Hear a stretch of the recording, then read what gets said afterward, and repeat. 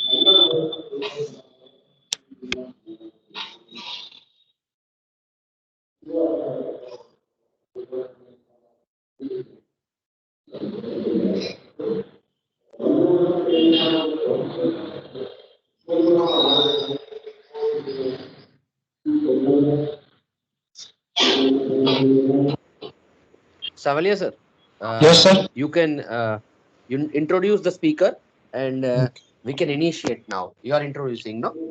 okay, sir. Yeah, sure. Please introduce Okay. so we can begin. Okay.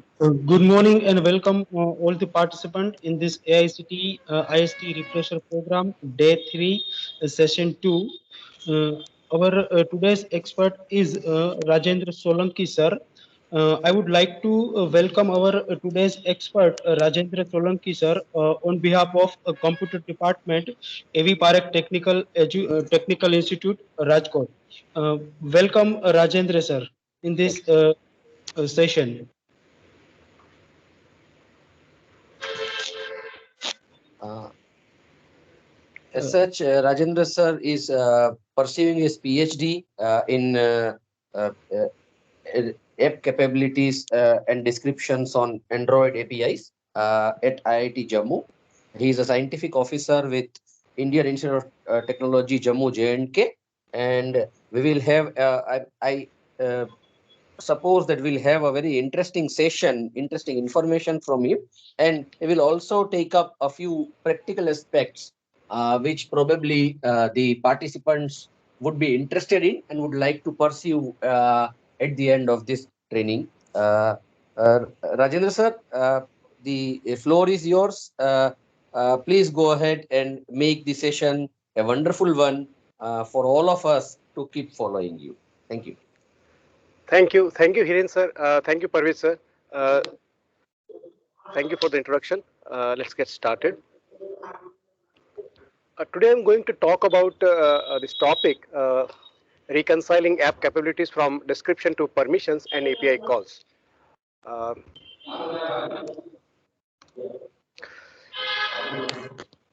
We know that a smartphone has seen a phenomenal growth over the years in India and abroad.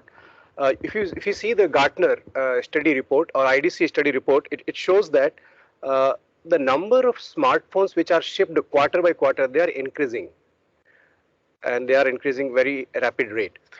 Uh, Also, we see among these smartphones, the growth of Android operating system. This has been very meteoric rise. Uh, if you see this table from the IDC September 2020, it shows Android occupies almost 85% or more share, and it keeps on. It will keep on continue till 2024. This is what is projected. Also, because of having such a bigger share, and this is also an easy target for malware writers, and we have seen that there have been more breaches in the last couple of 10-12 years since its inception. Okay, before I move forward, like how I'm going to do this, I'm going to throw some questions and just try to delve on those in your mind, and I'm going to answer some of them here. I'll cover what is the direction I am in, and then I'll cover some Android preliminaries, and then some contributions, and I'll introduce tools in the bit in between. Okay, so how many Android apps are there? Any rough estimate? Just give a thought to this one.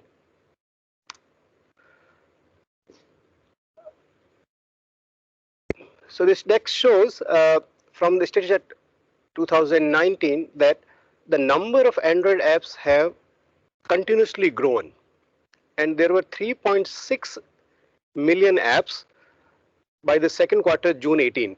And then there has been a slight decline because Google started removing those apps. Still, as of last year, June 19, there were 2.6 million apps, which is roughly translated to 26 lakh apps.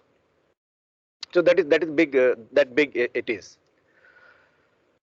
Now, I'm coming to this point. Why it is important to invest in information security and privacy related issues. So here is the case. We have seen recent data breaches. We find there are some examples like organizations are not doing enough to protect our data. What is our data which you are interested in? Our personally identifiable information, PII.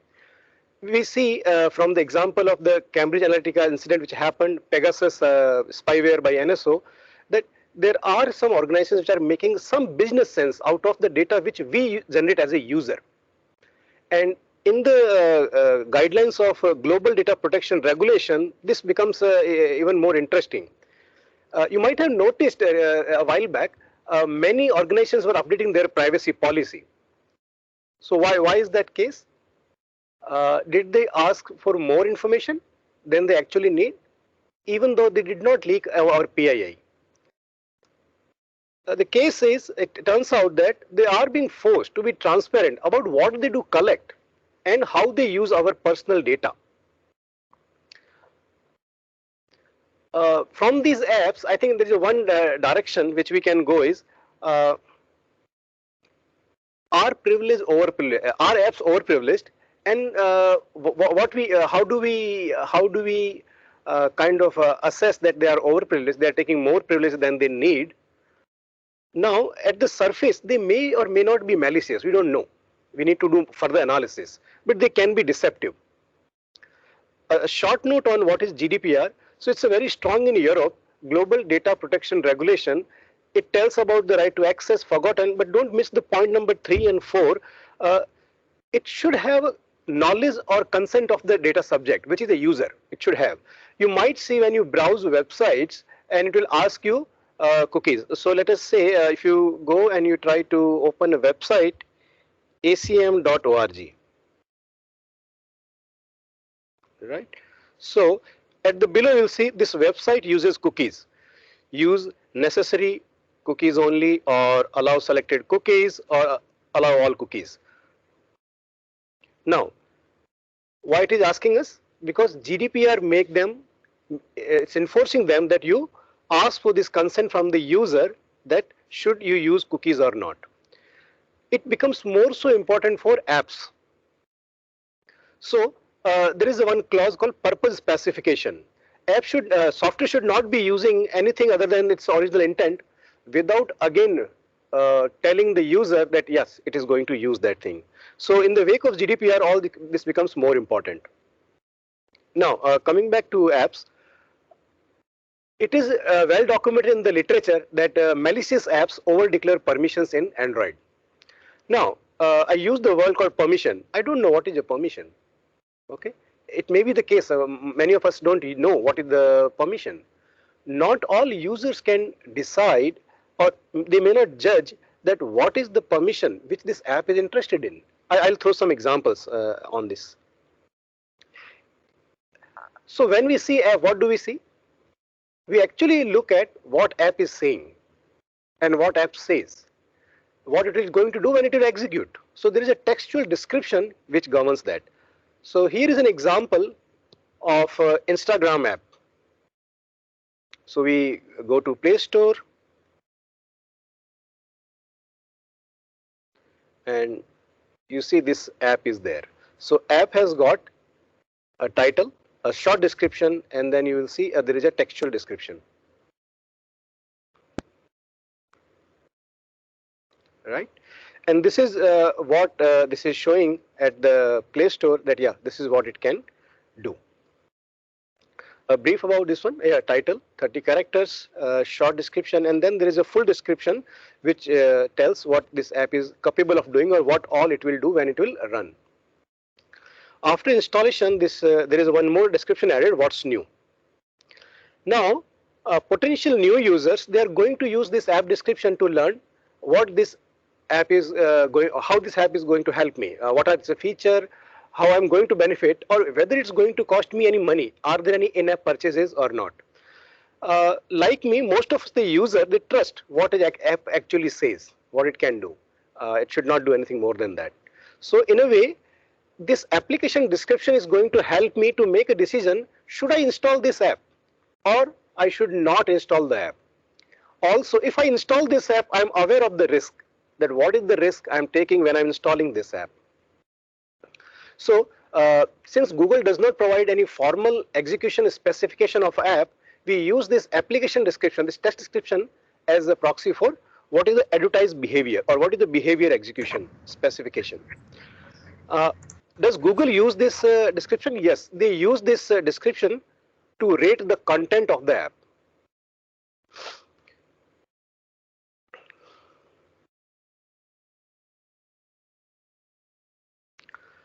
Okay, now let's spend a few seconds on this slide. This is an example of Instagram app and what the description it shows. I have highlighted some text in some color. I just want you to do a speed reading or just go through these labels. I'm going to read these labels for you.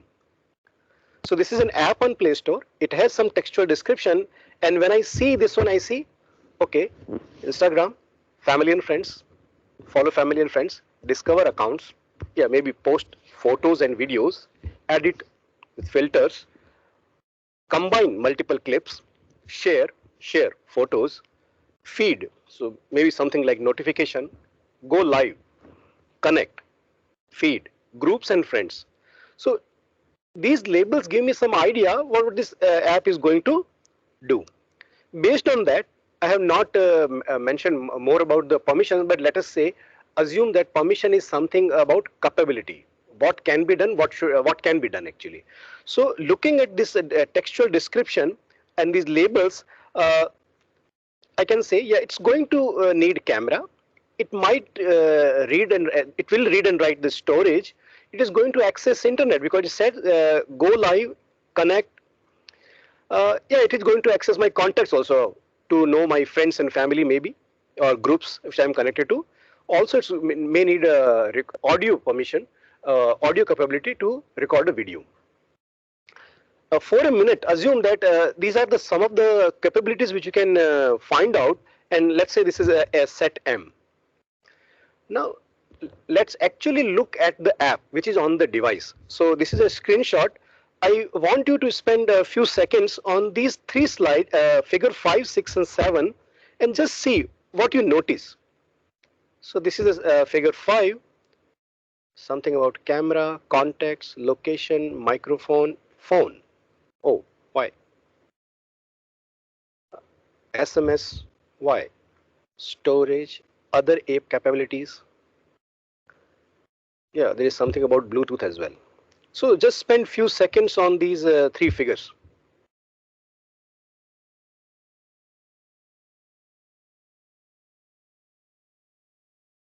Six and 7. I think by now you will be convinced that there is something more which is not known in the text description, right? Like on the figure 5, it says read phone status and identity, directly call phone numbers. We don't know from where it's coming actually. App did not say in the description which was mentioned on the Play Store. Now, out of these whatever we just saw on the screen, if we see there is some secret file called manifest file, and from then we find out what are the capabilities which is actually going to use. So these are some capabilities which are listed. I have highlighted some of them with a red color. So it's a kind of suspicious why it needs something kind use credentials or read phone status or call phone. While I don't find any of these mentioned or any evidence that why this will even need that. So in a way, it's a kind of it's violating a contextual integrity of what it's supposed to do. So let us call this set D for the discussion. Is it possible we have apps which have not at all any permissions? Do we have? Is it a case that we have apps which will not require any permission at all? Yes, they are there. In that case, what are they going to do, or what they can do? They can read /data on the device itself. They can read their own storage. That has been always the case. They can also read what are the installed packages, system installed packages. They may show us some static pages or screens like math formula in physics, or some screens, maybe some pictures. Any provision for which explicit capabilities or permissions are not required, and it will not have any connectivity. Why? It has not asked for any permissions or any capability for these things. So I gave you one example of Instagram, and now I'm going to throw some more light on the permission model. Okay, before we go forward, what is the work I'm doing? So Android runs each app in a distinct system identity. It's like a kind of a user ID, group ID model. The core is the Linux kernel, and it uses that for apps. Each process runs in the kind of a process sandbox. It's isolated from the other apps, so that accidentally does not use resources from the other apps. Now, because of this process sandbox, app would require access. If app requires access, it has to explicitly request that access. Okay, how it does that? Using a concept called permissions. Okay, so a permission serves two purposes broadly: to enforce kind of a protection policy, and second thing, describe what this app can do. What are the capabilities of this app? When permissions can be requested, so prior to Android 6.0 Marshmallow, they could be requested only at install time, which means you go to a Play Store, you click on the install app, and it is going to show you a dialog box. These are the permissions going to access. If you do not consent to those, if you don't agree to this one, it is going to, installer is not going to install that app. So it's kind of install all, accept all or none. I mean, you accept all the permissions, or you don't accept, and then, so it was kind of a mandatory access control where user did not have a choice to have a kind of a selective provision to consent to permissions. Then from Android 6.0 Marshmallow onwards, they have moved to discretionary access control, which means at a runtime, user is shown some dialog boxes, or there is some control given, finite control given to user, where he can allow that permission or does not allow that permission.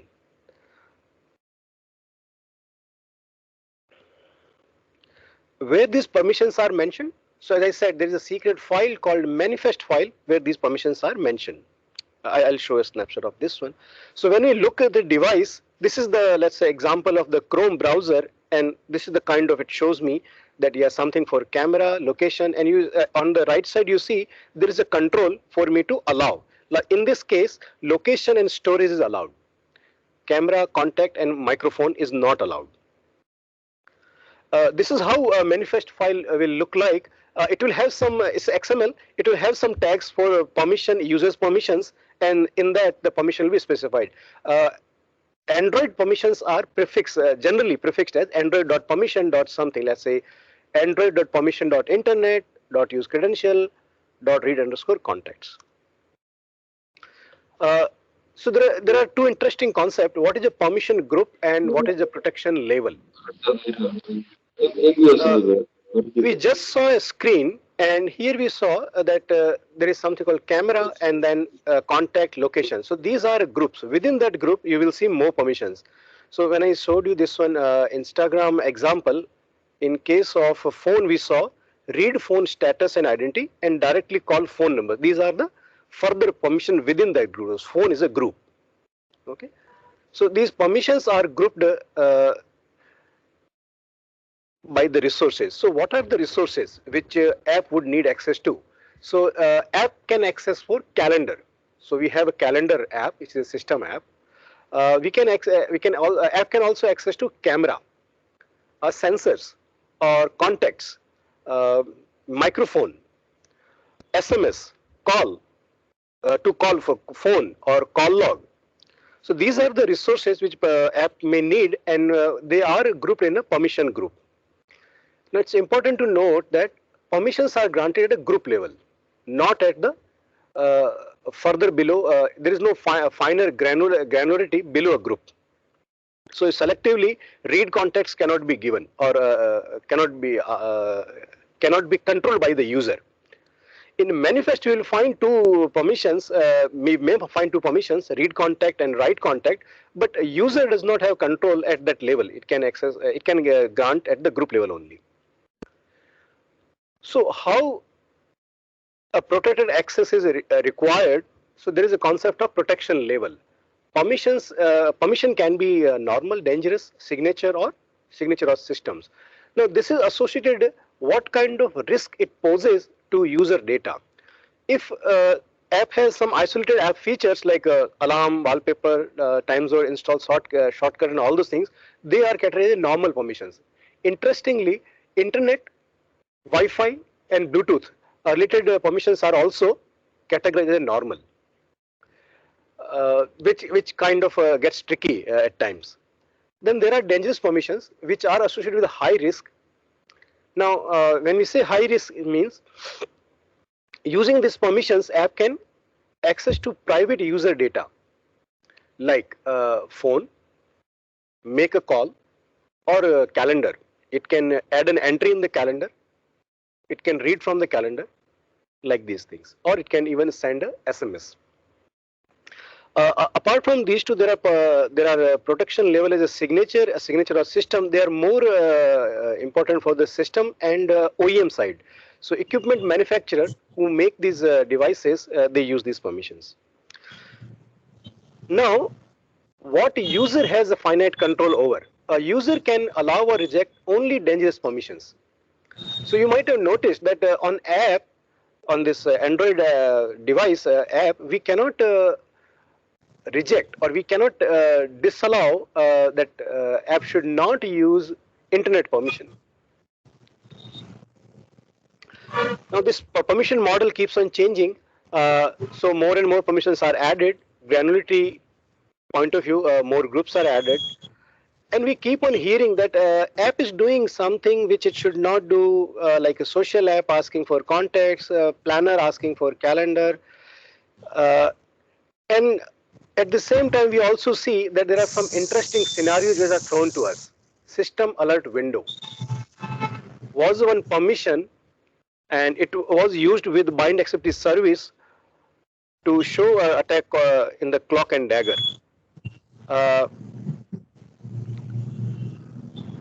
there is a provision that app can draw over other apps, and I mean it can cover the entire screen and can it can be on the top of all the screen or activities which we have.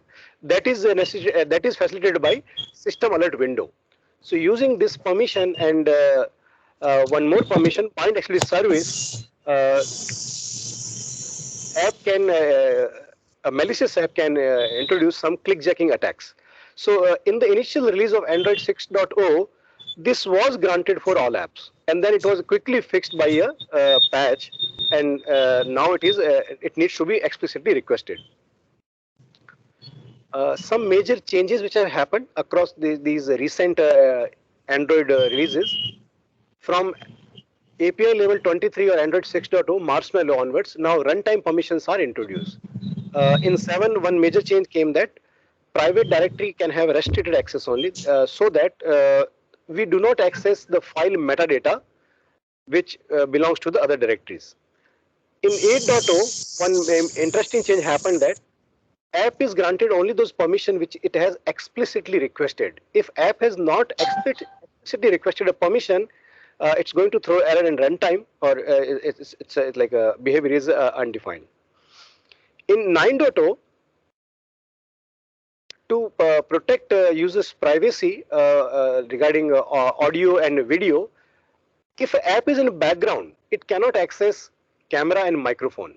So an app should be in the foreground to access these two capabilities, so that a service running in the background should not access these covertly. A new permission group was added, call log, and now it is kind of a restricted. Earlier, it was fairly easy for apps to access for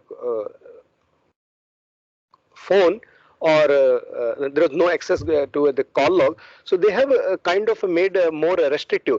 To access call log, you need to submit a 4 or 6 page documentation why you need access to call log, and then only you can access phone state or phone numbers. Okay, two more interesting examples. There was an app called Elements Periodic Table, and in that it was built using a framework called a third party framework called Unity. And what it was doing, it was adding a read phone state and internet permission for every app, which developer did not want. So developer contacted the app, this one Unity framework and team, and they removed that thing. So this example shows that there are third-party libraries, or the tool you use to build apps, they may add some permissions which a developer doesn't want. One more example was Glucosio. It's a diabetes app, and interestingly, it added one permission called Android.permission.record audio. Now it's suspicious why a diabetes app would need a record audio. It turns out that it was because of the third-party library called Instabug. Now Instabug was required for this app, and that added this permission. So from developer's point of view also, there may be some permissions which creep even though developer doesn't want them. Now as a end user, by these examples, what do we see? What do we infer actually? We might ask ourselves why a photo sharing app is asking phone permission. Why it at all needs information regarding what are the other apps which are running on the device? Why a weather app would even bother about SMS? One example regarding a cab service app. So Uber, it is asking for a browsing history, bookmarks, and other apps running in the on the device. It was taken head on by Apple CEO Tim Cook, and then it was reverted by Uber. But it shows that there are possibilities when these apps do something which is not their main thing or intended purpose to do, which is advertised to the user. Diabetes app asking record audio. Why? If you pay attention to some system apps, we will come to know they're asking many permissions which actually they don't need actually. So what did I do on my phone? I went by some system apps, and you can turn off those permissions. With warning, they ran perfectly fine, no issues. So that shows that yeah, there are these system apps are also taking too many permissions.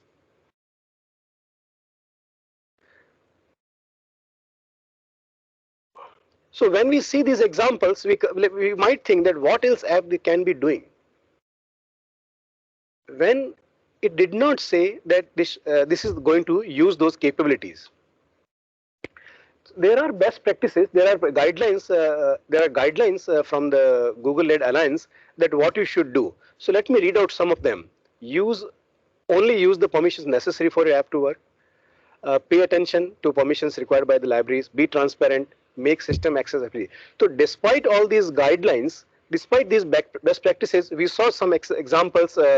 They keep on coming.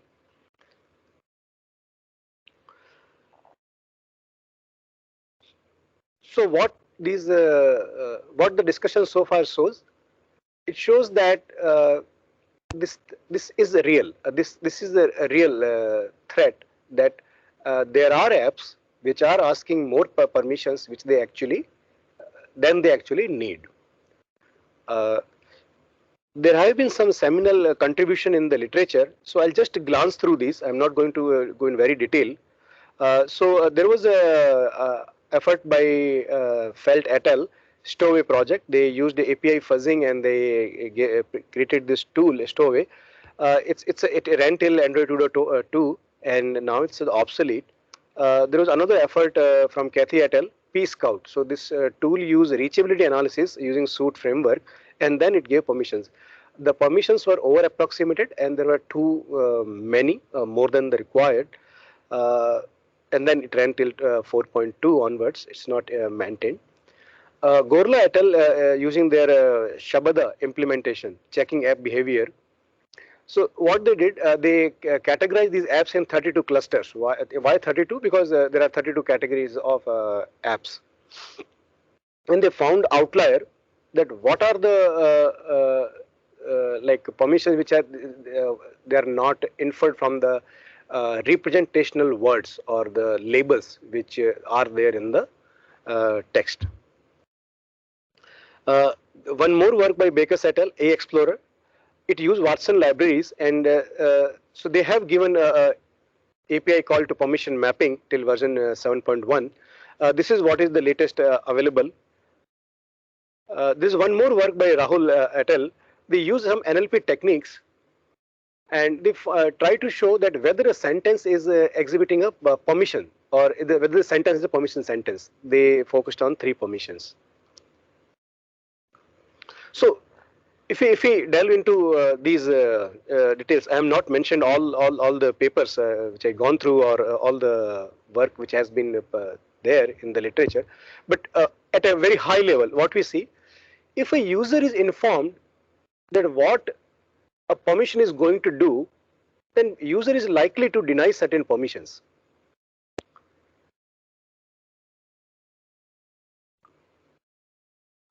So app should mention these capabilities. Otherwise, a user is not going to know what this app is going to do. The number of downloads may not give a complete, may not give a better picture of how app is doing, because user after downloading they may not use it. The reviews are subjective. Sometimes app which have very high downloads, very good reviews, they are not going to, even they are maybe having some issues. So, sorry for the interruption.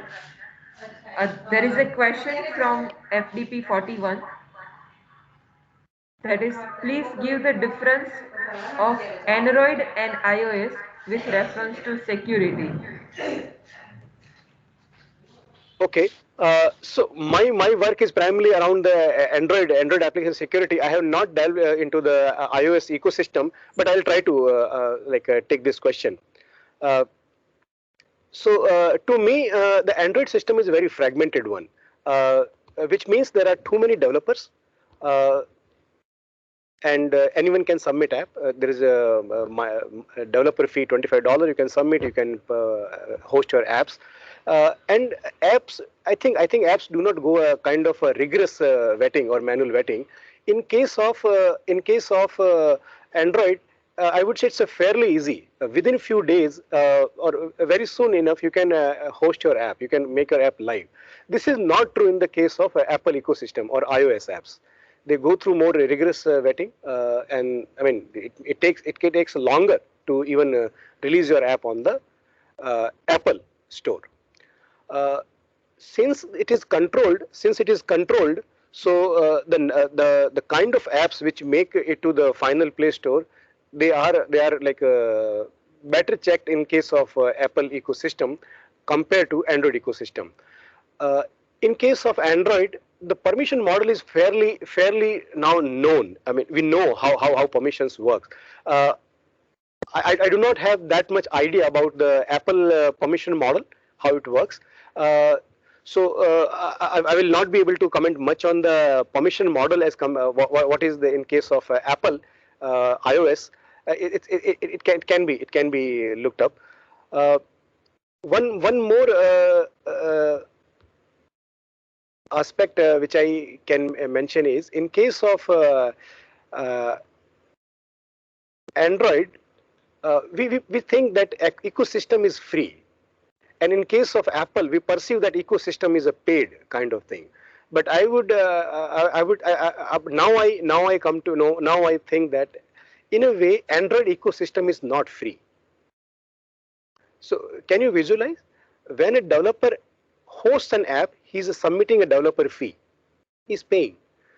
We all buy devices, Android devices, smartphone, tablets, we are paying for that. So equipment manufacturer is paying some licensing fee to Google-led Alliance, which is leading this Android project.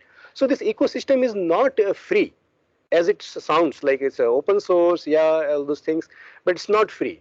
So it may be cheaper compared to the other ecosystem, Apple ecosystem, but it's not free.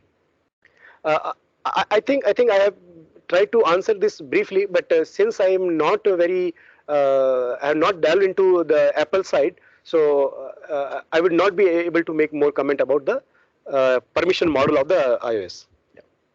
Yeah, sir. Rajendra sir, could I add a few things to assist what you just said?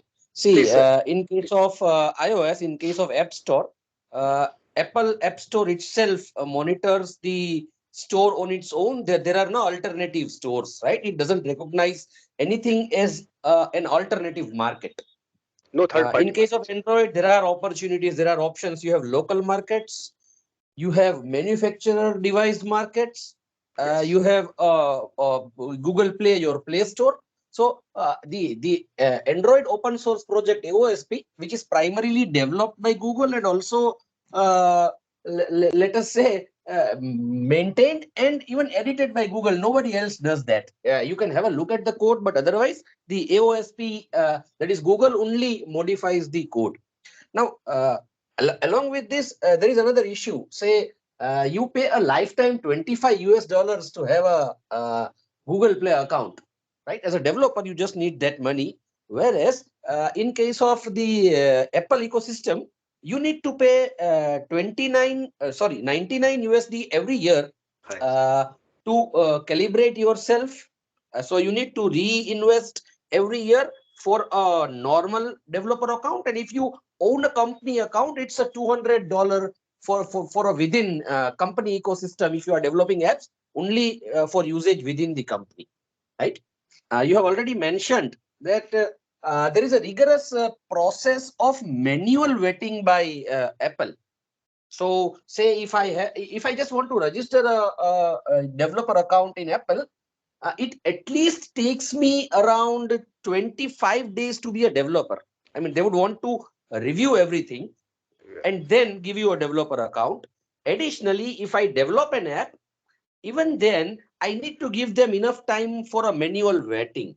Whereas in case of Play Store, in case of Google, it is usually like say I develop an app and within an hour, probably that app's going to be published because you have Play Protect as an anti-malware and then you have a bouncer to vet, but that's all an automatic vetting in case of the Google Play Store.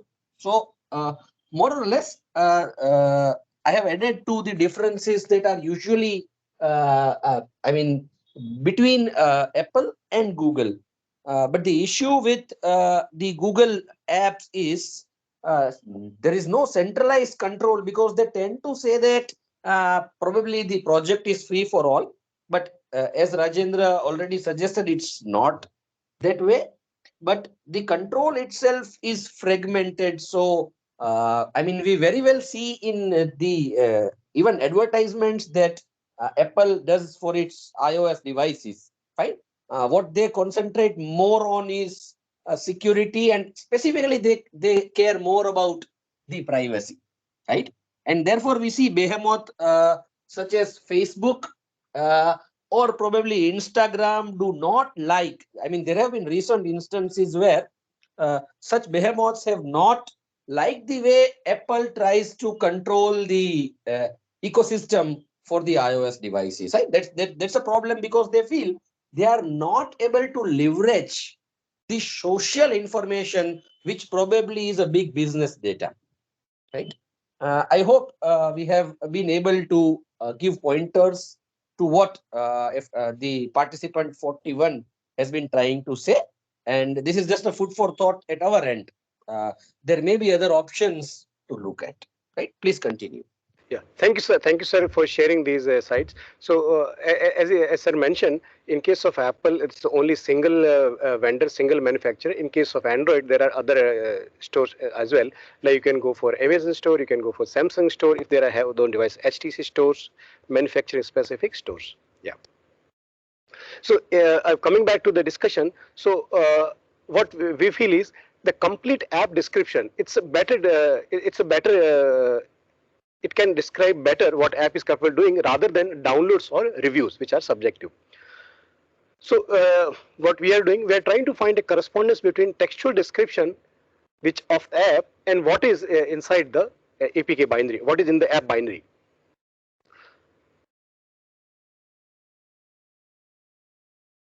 Now, what if an app has like empty description, or if it has some issues? So the point is, if the app has, if app does not say anything, or if the app description is too small, or if it has got some deliberate spelling mistakes, so how likely are we to install that? I mean, I mean, we are not going to install those many those apps very often. Uh, so yeah, uh, that is a kind of a outlier or a boundary case. Yeah. Now, I'm coming to two small the contributions. So I will quickly go through these things, and I'll try to more show you what tools I have used and how I have done it.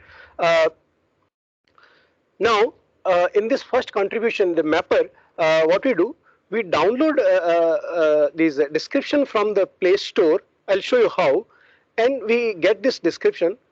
We have a semantic rule engine where we store these rules, how to infer the permissions from description. There is a rule interpreter which is going to take this, get these permissions, and then we find out from the manifest another set of permissions. We compare these two set of permissions and we ask, is there a permission? Is there at least one permission which is declared and it is not mentioned in the application description? So this is the high level premise of this implementation. Now let me show you on the browser.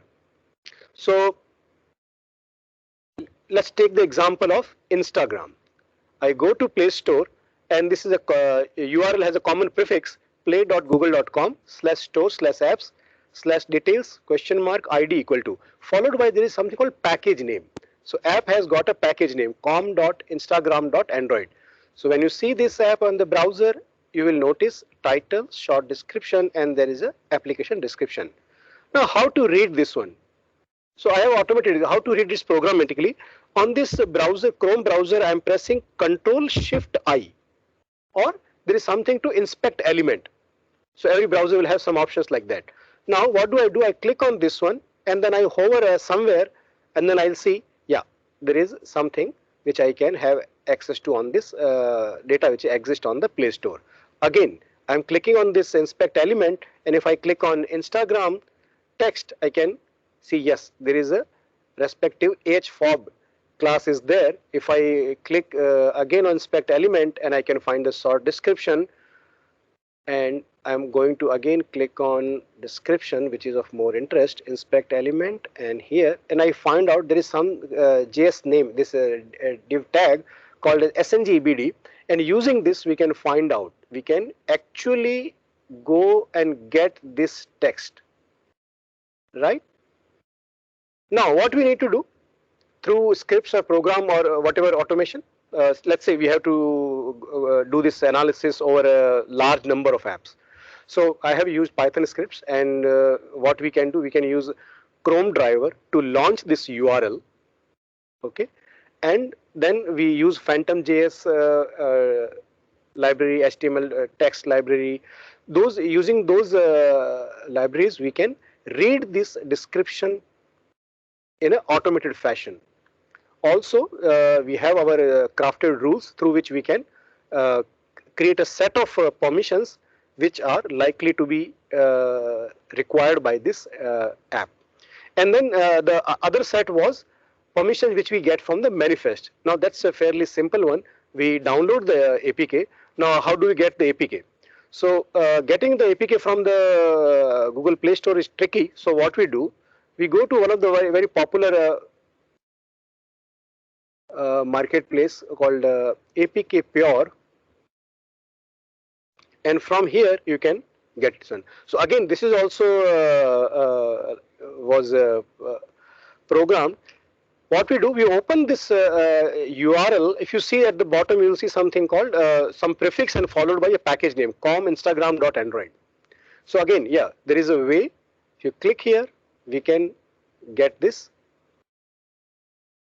description. There is a download button. So this button is also clicked or played using the scripts, right? So so that work was automated. So using this automation script, this description was downloaded through programs, and these APKs were also downloaded at a scale. Let me come back here. And then when we have these two set of permissions, we argue that yeah, is D a subset of M, or is at least one permission declared which does not find it mentioned in the description. This is roughly which I mentioned. So we use a tool called Phantom.js. What it does, it allows us to open a URL in a headless fashion. Headless means there is no actual Chrome process get started. It opens this browser in a headless browser. It opens kind of thing. So we got these URLs. Now, when we have this text, what do we do with the text? So what is a text composed of? A text description is composed of a paras, or paras will have eventually sentences. What we do, we tokenize this text description into sentences. Now I said a word called tokenize. Now how do we do that? So in this case, I have used a Spacy library. So we can have a Spacy or NLTK. I'm going to show you on that. So if you go to spacy.io, you will see and you will find out that yes, there is a nice description available here, how to use this one. Since I'm using Python, so yeah, pretty straightforward, the bindings are available. And we can find out how to tokenize the data. Now by tokenizing, what do I mean? So if a sentence has got some noun, verb, adjective, I'm more interested in the noun and verb. We get those noun and verb through this Spacy library. And then for each sentence where we have this noun and verb, we create pairs, and then from these pairs we can try to match what is the rule which is stored in the semantic rule engine. So this is an example of let us say share photo. Now one more thing which we do, this one is there's something called post tagging or part of speech tagging. Let us say the verb has a share, verb is share, and noun is photo. So what we do, we try to find out stemmed word or root verb and root noun, because this verb may have many forms: share, sharing, shared, or let's say send, sent, sending. So many combinations are there. So we find a root word, and then for that root verb and root noun, we find the permission corresponding to the permission, and we create a set of permission which is exhibited from the description. Okay, so in this first POC, I took some 1166 random apps from the Play Store. They were in the category of like social, tools, education and communication category. I also did a manual analysis of some 112 apps to find out that the rules I created are good enough. And then these using these statistical parameters, we evaluated these parameters. We evaluated this prototype, And these are the permissions which I investigated. The permissions broadly belong to three categories: data privacy, whether the app costs money or not, and if there is a privileged access, it's trying to write something on the device. And so sharing some results of this one. So using this prototype, this POC, we could show that uh, with 82.5% accuracy that yes, this prototype is able to find out the correct permissions. And then we've found out what are the privileged and overprivileged apps, looking at these two dimensions, description and manifest. So, so the observation is there are vast majority of which are overprivileged. One interesting point here is if you see the figure B, what is the number of extra permissions? So they are likely in the number of 1 to let's say 7 or 8 in this POC. So very a large number of apps will take very few permission as the extra permissions. Yeah, and there are very few apps which will have too many extra permissions. So in this work, we compared some 4 lakh pairs, and this is the accuracy, and this is shown there. Yeah. Now, coming to the second contribution or the work. Now here, one can argue that what if the permission manifest itself has got some issues, like vacuously if we add more permissions in the manifest itself, or developer forgot to remove those permissions, or maybe there were permissions which were misspelled, they are still there. So this is going to throw them as additional permissions, or going to say that this app is overprivileged. So we need to go one level deeper. We need to find out that in the app binary, is there evidence that app is actually going to make call which will necessitate that permission. So this work tracing app capabilities from description to permission and leading to API calls. So in this extension, so developed or extended this prototype to MapperDroid. Now let me spend some time over this this approach. What we do, we fetch URLs from the Play Store.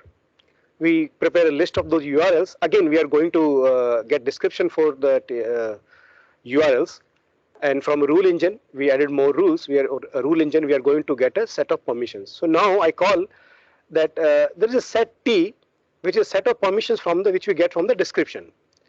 Also, there is a set M, set of permission M, which we get from the manifest file.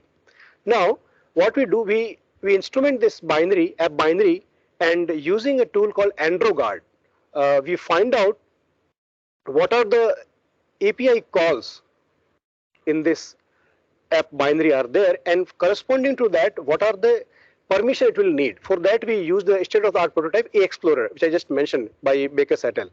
Now, that will tell us that if camera is used, what is the call being invoked, and then whether it is actually required. So for that, we build a list of permissions if a call is in use, or if call is mentioned in the app binary.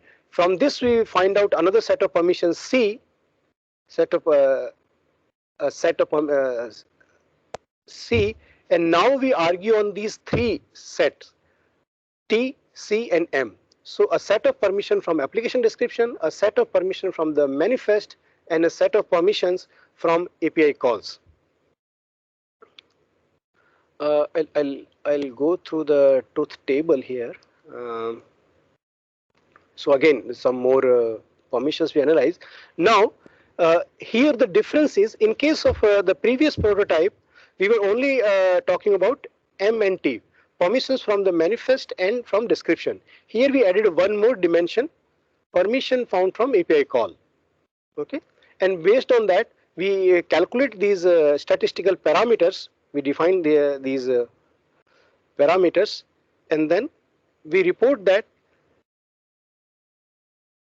this prototype is able to tell us with fairly good accuracy or precision that these apps are indeed, these permissions are indeed required or not. And in this work, we also define a app model formally. App has a name, category, and description, and it has 3 set of permissions. And how do we infer these extra permissions? By this set difference way. An app is overprivileged, it has got at least one permission, which is extra permission. Now, this is again some results and all this one. Now, I'm going to spend some time on these tools which I just mentioned this work. So one of the tool which I mentioned is AndroGuard. To get started on this tool, hello.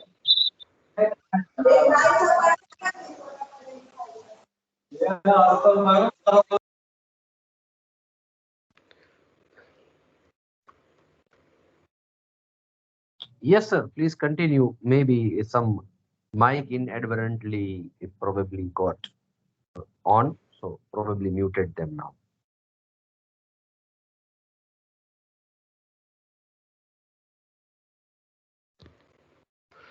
So I have opened the documentation for this AndroGuard, and you can go through this one, and then we are interested in the looking what is inside the app binary. So for that, there is a concept of the analysis object.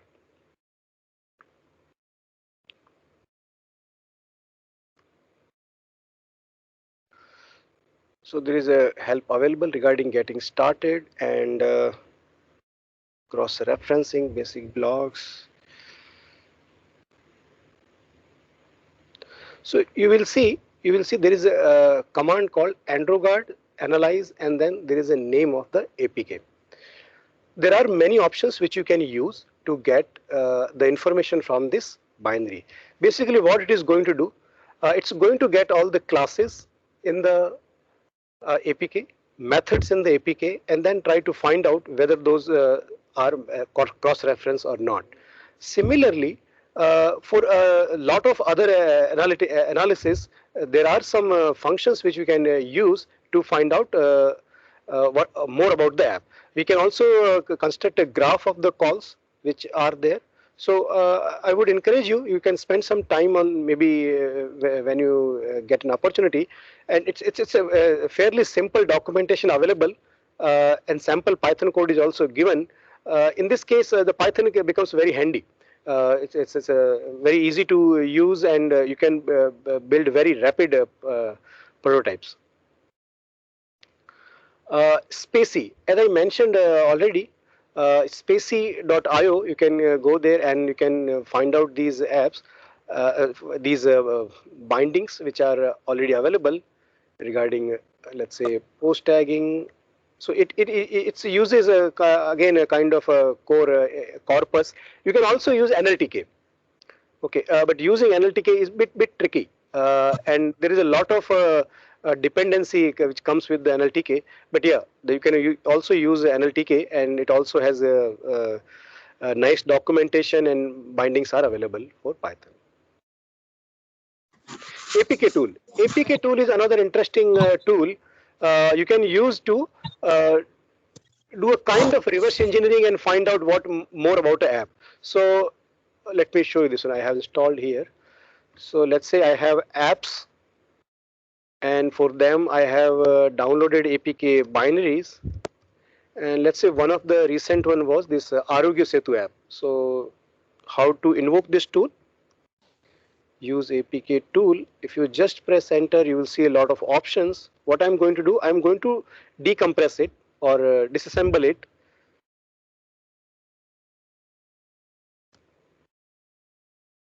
And then you will see what. Rajendra sir, could you just let them know, since it's an archive, what are the ways to disassemble? I mean, how does one actually decompress the app so that the archive is able to get split into multiple resources that an APK has? Just an overview so they may be clear about what is happening. Yeah. So app is a kind of a archive, kind of zip archive with extension .apk. It has got some nice when you extract it, like a zip file. When you extract it, we get the folder and the content inside this one. So it's got some nice structure. What I did just using APK tool is APK tool D disassemble, and then a name of the APK file, complete name of the APK file. What do I see here? I see that it's loading some resource table, decoding some manifest file, regular things, and it's able to get some resources. Finally, I see backsmiling classes, copying address, and all those things. Let us do what all I got actually here. So I got a new directory called nic.gui Arogya Setu.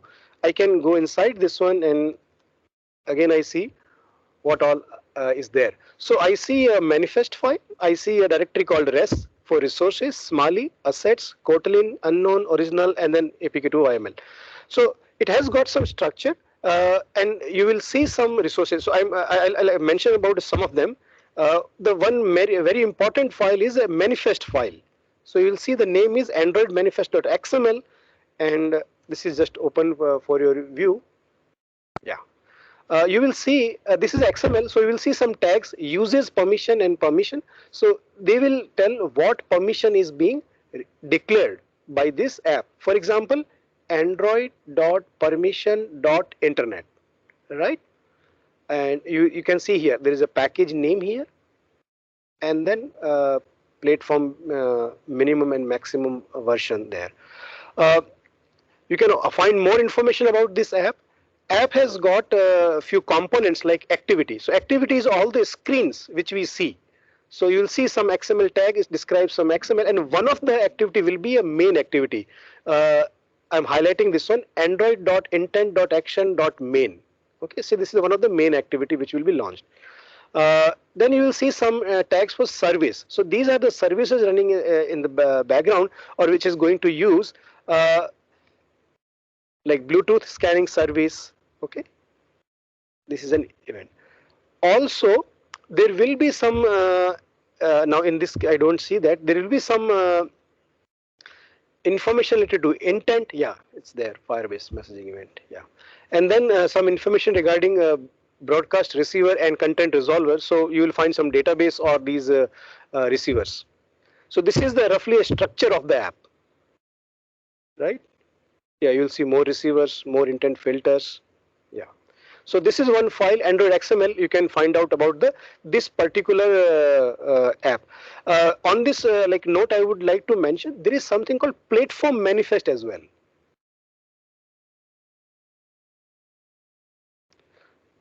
So if you go to this AOSP mirror site on the GitHub, you have a code for this AOSP mirror, and you will be able to.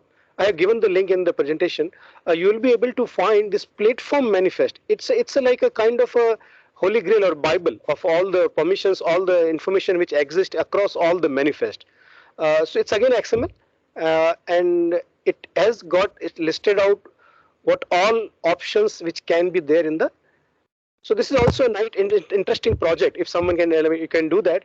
That analyzing multiple Android XML files across API versions, right? So you will see there is a lot of information available in this platform manifest file. Now let me look for one of the permission, what it says.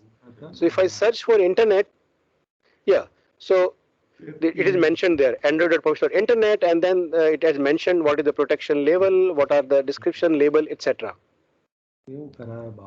Android. So this is Android manifest file which exists in the platform or in the ASP image. What is the other directory? Okay, I'll show you something about res. So res has got some resources. You will see that different. Yeah, it's a pretty long list. I should have shown you some UI. Yeah. Actually, cyber security. So you will see a lot of layouts, and then again those will have some depicted by some XML files. Coming back to the other structures, you will see assets, maybe yeah, Smali. So these are the different things. If you go and see inside those things, so based on the direction, interest, you can spend some time, and then you can go through these things, and you'll be able to find out what all is inside the app. So you can. This is a kind of reverse engineering. You can actually go deep dive, take more deep dive into the app. You'll find a word called Kotlin. So earlier, all these apps were only written in Java. Now, recently they have added interface for Kotlin to develop apps relatively faster. Okay, I'll come back to the presentation. Uh, other tools I mentioned regarding Chrome driver and Phantom JS. છોકરાને absent જ લખવું પડે ને zero થોડી So the Chrome driver you can use to open URL in the browser. Phantom JS for again headless browsers, and using these you can have this one. So let me go and show you some. એનું નામ જ લેવાથી બોલાય. આમાં નહીં આવે. Entry માં. Sir, I'm interrupting you. Dear Sure, sir. participants, some of your mic are on and you are being listened to without knowledge. So please just mute your microphones because it's also disturbing the proceedings as well. Please check and mute your mics. Thank you. Yeah. So I'm just showing this brief snippet of the code. How do you get a description? So you can use a beautiful soup, this library, and this headless browser. Chrome driver has got these options, and so you see this one, webdriver.chrome. And then using, so let's say this is the prefix of the URL for this function. I'll get the app ID or package name, and I can open this URL. How do I open this URL?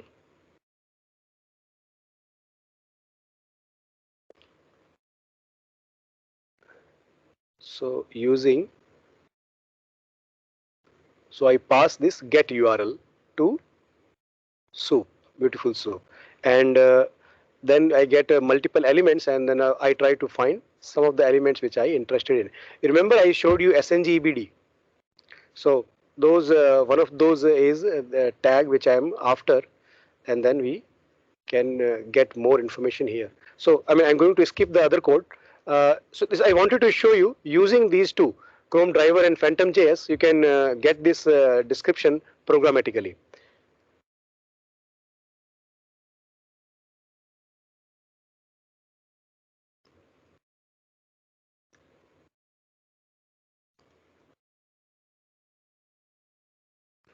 Also, to download these apps also, you can do the same thing. Okay. There will be some path, prefix path, and then you can use your ID, and then you can find this element by class, whichever is the class. Same way, you can use inspect element, and then you can. Now see here, I have done this click also through using this script, download underscore button dot click, right? So you can use those. You can automate using these options available there. So these are some of the tools which I have used. I have used AndroGuard a bit more, but I mean in the interest of time, I will not be spend that much time on this one. Okay, now before I conclude, I would like to throw some questions to you. You spend some maybe 20 seconds on each of these questions, and just let me know what you would do. So we discussed examples of Instagram. We discussed about a periodic table, Glucosio app. Here is another example. So there is a device. I have this phone device, and I get this warning. I'm reading out this toast message which appears warning. The phone is at risk. Please open this access to ensure safe use. Okay, whatever there. So now my question is, what you are going to do this one? You have not even opened an app. You have not even opened an app, and you see this screen, and this is taking you to settings app. So what you would do actually, given this background, given the discussion we had in the last 1 hour? So just spend some time.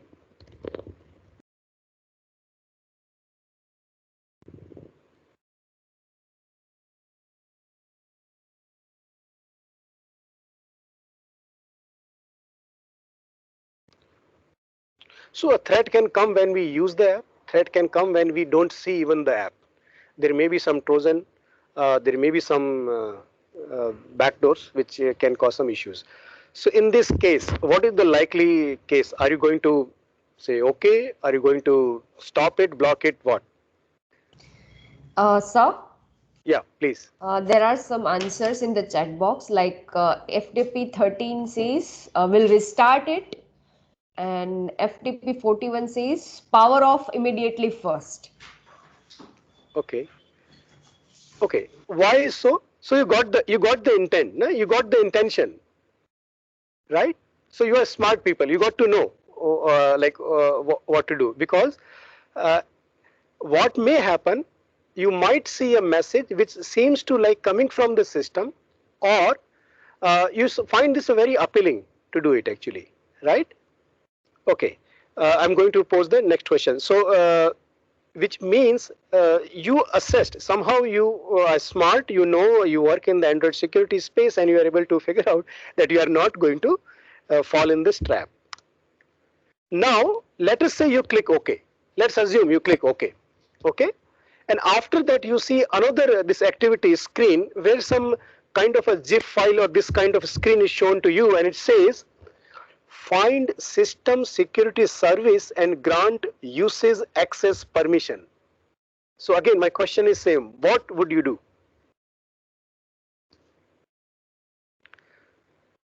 You pressed OK, you clicked on OK, and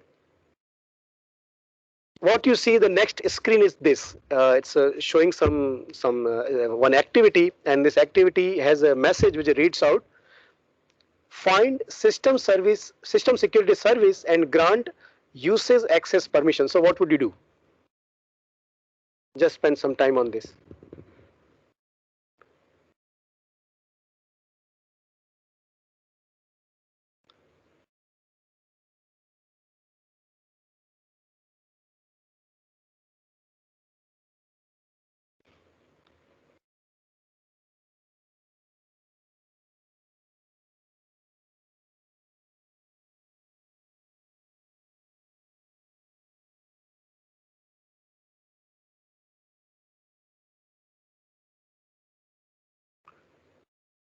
So, so don't give into these kind of messages. Don't give into these kind of permissions.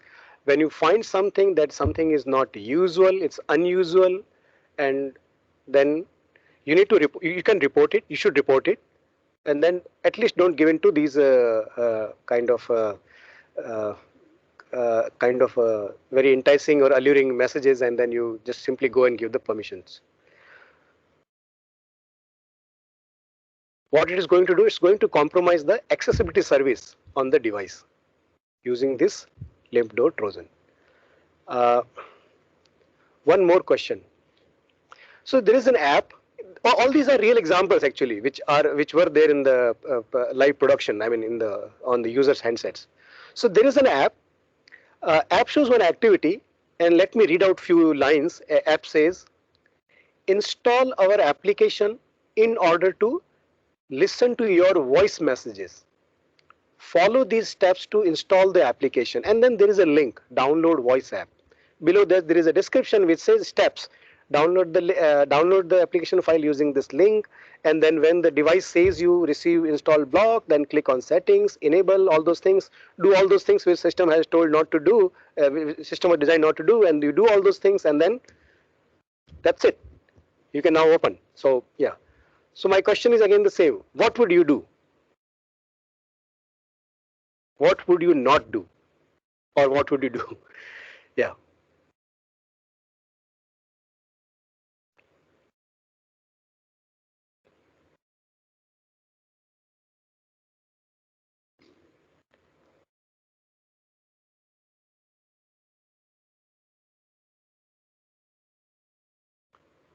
So I think you are not likely to download this voice app. You will not download this app. And if you click on this one, uh, all of a sudden some .apk will be installed, and it will be running in the background. Right? It might leak some data. It might do something nasty thing which it was not intended to do.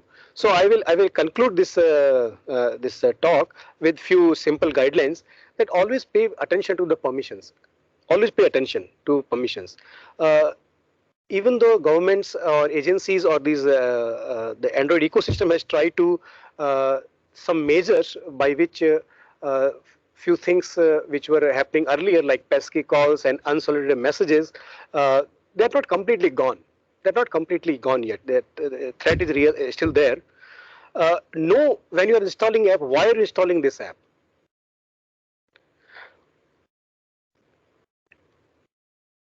Uh, Regularly, on a regular basis, keep on seeing your device. Are there apps which are dormant apps which we have not used at all, or you have not used them? Okay, it is also possible that those apps may disappear. So you may try to see a list of apps. I mean, for that I think you will need some kind of automation. Uh, yeah, but try to see if there are dormant apps. You should remove them. I mean, if they are not being used, you should remove them. Also, whenever you give any kind of personal data to apps, be sure what you are giving there and how much information you are giving there. Because I mean, app can vacuously take internet permissions and can send something out in the world. Also, frequently update your device, your OS, because not too many apps are having the latest release of the Android. This is also one stark difference in case of Apple ecosystem and Android ecosystem. In case of Apple, the majority of devices onboard faster on the newer versions, or I mean they have a like a kind of some policy that they run very minimal versions, and so whenever a new version is released, apps move faster to on the newly or recently released iOS releases. This is not the case in case of Android. Now, like we have Android 10, 11, they are there, but there are still apps, there are still devices, there are still apps which are using, which are on the level API 23, Android 6.0, Marshmallow, Jelly Beans, all those things. So yeah, still they're using Nougat 7.1, all those things. They do not onboard faster to a new releases because maybe for manufacturer there is no incentive. Like if everything gets updated, you are not likely to buy a new device. So maybe that is the reason it's not updating. But whenever possible, you should update apps which are from the store. Also, always download apps from a reliable source, which is most likely in case of your Android, it's a Google Play Store. With this, I will conclude. That's all from my side. If you have any questions, we can take up a few questions. I'm going to share these slides so Parvez sir can share with you. Okay. Yeah. Yeah, Darshita ma'am, do we have questions from the participants now?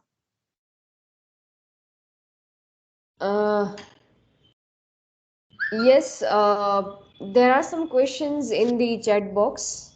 Okay, so please go ahead with those questions. Okay, let me read out.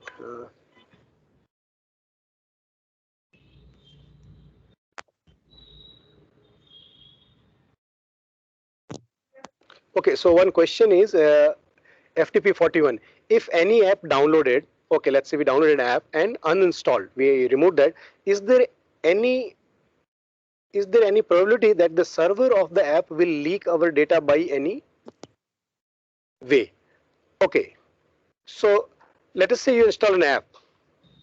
Now, if this was the only APK footprint, if it was the only that APK which you downloaded and you installed it, so that is gone. Okay, but in that case, I mean, there is nothing, no more footprint in case of a good app, a benign app. Imagine if you downloaded an app and it also got you more APKs, more footprint on the device. So your original APK is installed, your app is installed, and that the additional payload or what unintended behavior which was downloaded on your device is still there. So there is a probability that it can do something nasty. Right? It can do something which is not what the original intent of the app or for which we downloaded the app.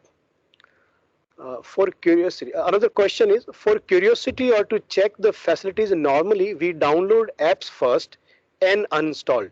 What is the best way to clean our phone other than the factory settings? Okay, So now one way is so it's like finding out what all is on the device, right? You can go to settings, you can see the apps, and there is a granularity at which you can see. So here are a few suggestions which you can do actually. Plug in your device to the system, desktop, laptop which you have, and go to the directory, the storage where you have this using developer options. You can open that thing and you can see the directory structure of the your device, whichever is known to you. So not everything is shown. System files and those interfaces are not shown easily when you open using this USB interface. So on that you see what are the folders, directories, apps which you can see, which you no longer need, which you already think you uninstalled but still lying there. I give an example of a cam scanner. So let's say you install cam scanner, okay, and started doing something nasty. So you uninstall the app, but it is possible that some folder or some settings are still lying on the device. What you should do, if you have uninstalled some app or any app which you are no longer using, that you can remove that. You can uninstall first and then remove those folders if such folders are still there. If you can find these apps on the device itself, good. Using settings, using the list of apps, you can remove them. So these are some of the things you can do. Beyond that, I think you need to look more on the file system or of the device. You need to dig deeper down and see what else is there lying there. Are there any free scanners? I will not suggest any free scanners. So these are kind of freewares are like very tricky. File cleaners, like device cleaners, clean your app, all those things. So these I mean these are very fishy at times. Antivirus, I don't use antivirus on app. We are making our GPS on. I believe Play Protect. I believe Play Protect itself does that job, right? For the Play Store app now. So we need not worry much to a great extent. Yeah, to a great extent, it's doing. Still, you can do that of your choice. I mean, if someone would want to, can look at top commercial anti-malware for the particular year, for the particular OS, and then maybe choose that. Right? We have options to identify the top rated anti-malware, commercial anti-malware on various aggregator portals. So would be good if you choose the better ones, right, from the top 3, right, and look at the pricing as well. Yeah. So I think one of the very known site is VirusTotal. Yeah. So this is a kind of one of the very nice place where you can go. It has got some nice tools. You can upload an APK and you can find out. So yeah, you can upload an APK. You can find out what is there. Something. So it's going to give something. Why don't we upload an APK and find out about this one? Yeah, you can scan a URL. Then there are some tools on the hunting, graph, and APIs. So yeah, it says a very if you are interested in this domain, spend some time on API. Just go through that. What are these APIs? You are going to learn a lot about Android if you just go through these APIs. What all is there actually? Okay, let me show you some examples here. So using this API, you will come to know how to get more insight into the app and what all can be done here. So it's more towards the instrumentation side. You can find, but definitely you are going to uncover more things about the Android as such. So this is the one place you can go.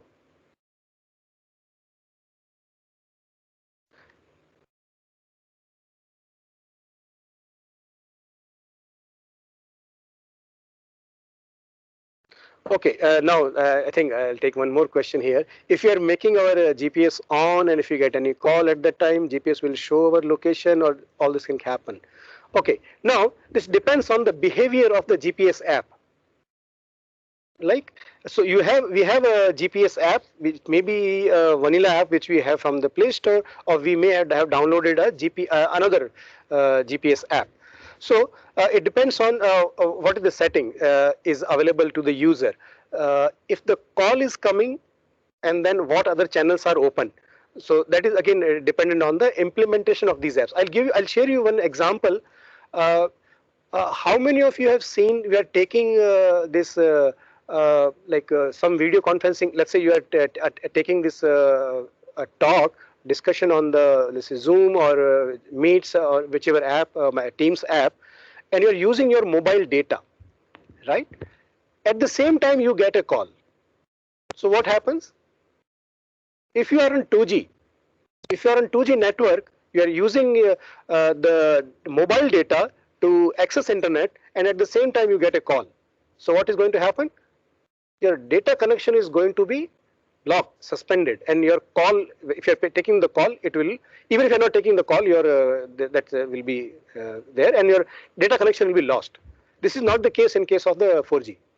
So again, you asked about the GPS.